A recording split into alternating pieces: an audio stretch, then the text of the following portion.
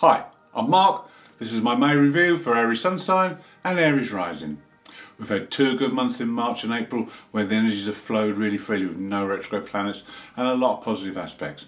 Now we have a few difficulties that we need to overcome in May. First of all, there's 2 planets going retrograde, there's a total lunar eclipse, and there's some challenging aspects that we need to deal with. The first thing is Pluto in your 10th house is retrograde on the 1st. And this means the energy is harder to work with. But the lesson to be learned from Pluto in the 10th is about using your authority wisely and gaining power and success through your own efforts and not through anybody else. So this is something that might come up between now and the 5th of October, and you can work with that. Also on the 1st, we have Venus and the Black Moon Lilith come together in your 2nd house. Now, these two are like twins, like the dark twin and the light twin, but they work very well together. This is probably the best aspect, conjunction for the Black Moon. Venus will relay any fears that you have, and this is a good opportunity now to because this is in the house of finances, to attract finances or possessions to you, opportunities or people into your life that can help you with the financial matters. On the 2nd, we have one of those challenging aspects I was talking about. This is a square between the Sun and Saturn. Now, a lot of people would say this is a very unfortunate aspect and can be very difficult, but I would say it will just bring up things that you need to deal with. It will bring up things or maybe events that happen that will show you what you need to work on, what you need to do. So it's not necessarily unlucky. The aspects it may highlight, because the Sun is in your 2nd house and the Saturn is in the 11th house. The things you might be looking for here are pleasure and fun versus responsibility and duty. Financial commitments and situation opposed to friends and having fun and spending time with friends. So these are things that may come up. There's 2 more aspects on that day which makes it a little bit difficult. Neptune makes 2 aspects. The first is to the Black Moon Lilith. Now, Neptune's in your 12th house unconscious, so this will make you want to shy away from things. This may want you to retreat into the unconscious. This aspect is a long-lasting one, lasts for 23 days. So you need to be aware that you may have this tendency to fall back and avoid things with Neptune making these aspects. On the 6th is a very intense day emotionally. Venus makes a trial aspect to Pluto. Pluto's in your 10th house, so your career or destined path could be affected here. You could be drawn to a situation or someone that will help you in these areas. Also, it's very good for insights. You can gain great insights, and that will be very useful for you under this aspect. Also on the same day, the Sun makes a conjunction with Cupido. Now that's an asteroid and it's Cupid. So Cupid could fire an arrow and you could find that you're magically drawn to someone. Just be careful because it's in your 2nd house and Taurus, so there might be a little bit of obsession with Pluto in there as well.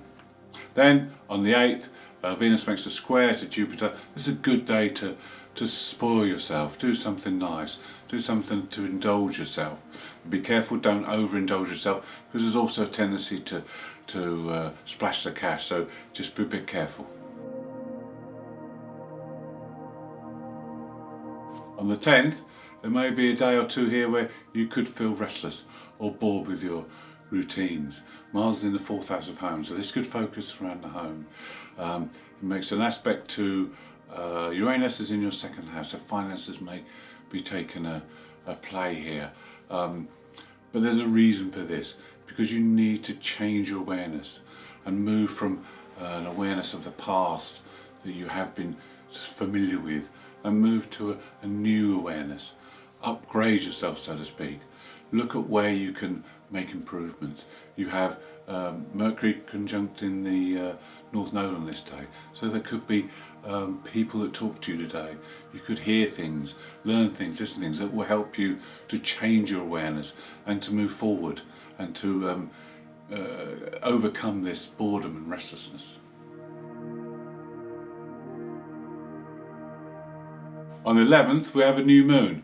The new moon is in your second house. So your five senses will be heightened. The physical world around you, you'll be more attuned with. It's a good time to rearrange things, rearrange your life. It's a good time to look at what you value, what you find worthwhile. Use what you have already, have the talents or skills you have, and put them to good use for the future. It's good to do financial planning, to budget, or to look at ways that you can make money. Now, the new moon's in Taurus, so this is good to do any physical hands-on projects. Also good to get outside in nature, go for a walk in the park, or just enjoy the senses of the physical world. Then we also have a conjunction. The black moon, Lilith, conjuncts the new moon. This is a time when your fears may come up. Fears about security may come up. So it's good just to acknowledge it and just see what happens. And then you can work with these in the future. On the 12th, the Sun makes a positive aspect to Neptune. Now Neptune's in your 12th house. This is a day when you'll be very receptive. You'll be able to sense the energies in others and the changes, subtle changes in energies around you. It's also a good day for the spiritual side of things. And with Mercury making a positive aspect to Saturn, it's also a good day to listen to people. It's a day when you can be a counsellor, if you like. You can listen and advise people. Then on the 16th, the Sun makes a positive aspect to Pluto. This is a time to reform, make changes, get things going. Pluto's in that 10th house, so you can make changes within your career or your destined path or your public standing that will be very good for you. So look at what needs reforming and do it.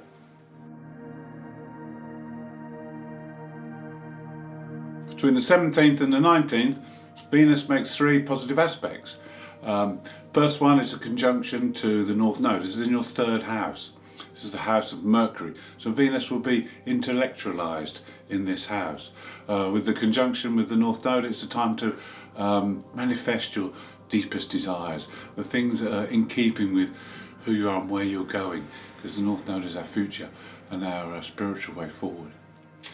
Then on the 18th, Venus makes a sextile to Chiron. Chiron's in your first house. This could bring up a wound from the past related to either education or your appearance that you may need to deal with. Also, the positive side of this aspect is that you can see the beauty in almost anything. Then on the 19th, Venus makes a trine to Saturn. Now, this is good for being organised. Venus in your third house is a good time for writing and communicating to friends, as Saturn is in that 11th house. So there may be duties and responsibilities that you owe to friends that you need to communicate them and to stay in touch. A lot of change on the 21st. The Sun moves into Gemini and into your third house. So there's a strong emphasis on the third house over the next month. When he moves into Gemini, he makes a square immediately with Jupiter. Jupiter's also changed signs and houses and is now in your 12th house in Pisces. Now this aspect means you now get on, work behind the scenes, get work done out of sight, so you can, but don't be too secretive about it, because Mercury also makes a square to Neptune in your 12th house on the same day. So don't be secretive. Communications can be a bit misunderstood, so be clear and concise in informing people what you're doing, but it's a good time to get on and achieve your goals. Then on the 23rd, Saturn goes retrograde. Saturn retrogrades in your 11th house. This is a time to form good, solid friendships. The lesson of Saturn in the 11th house retrograde is to form friendships that can be useful. Friendships with people who you can look up to and admire, and who can teach you things and benefit you in that way. On the 25th, Neptune and Pallas Athena come together. This is in your 12th house. This can bring divine inspiration.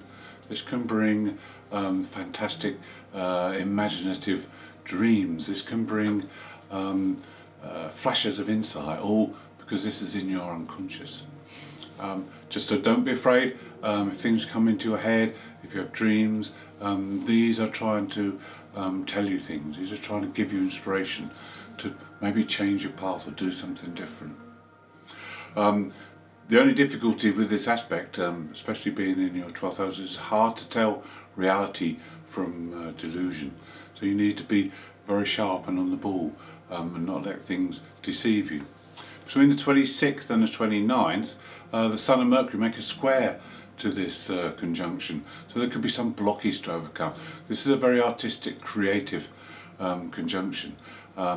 So there could be a blockage that needs to be overcome, maybe a communication blockage or a blockage within the unconscious that needs to be resolved. If you get that done straight away, you've got to the 4th of June to tap into this very creative energy. On the 26th, we have our first eclipse of the year. This is a total lunar eclipse in Sagittarius.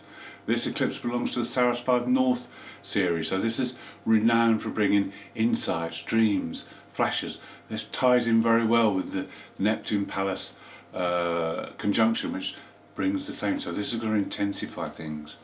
Also, this eclipse is conjunct the moon's nodes, so destiny and fate are also going to be involved. As things will happen, events will happen that will change you into a different direction.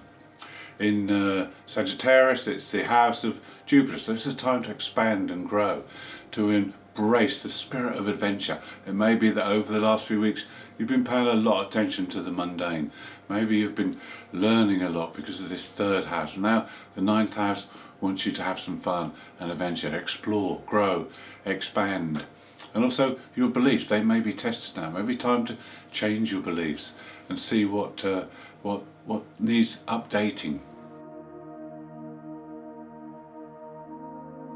On the 29th, Mars makes a positive aspect to the Neptune Pallas conjunction we just spoke about.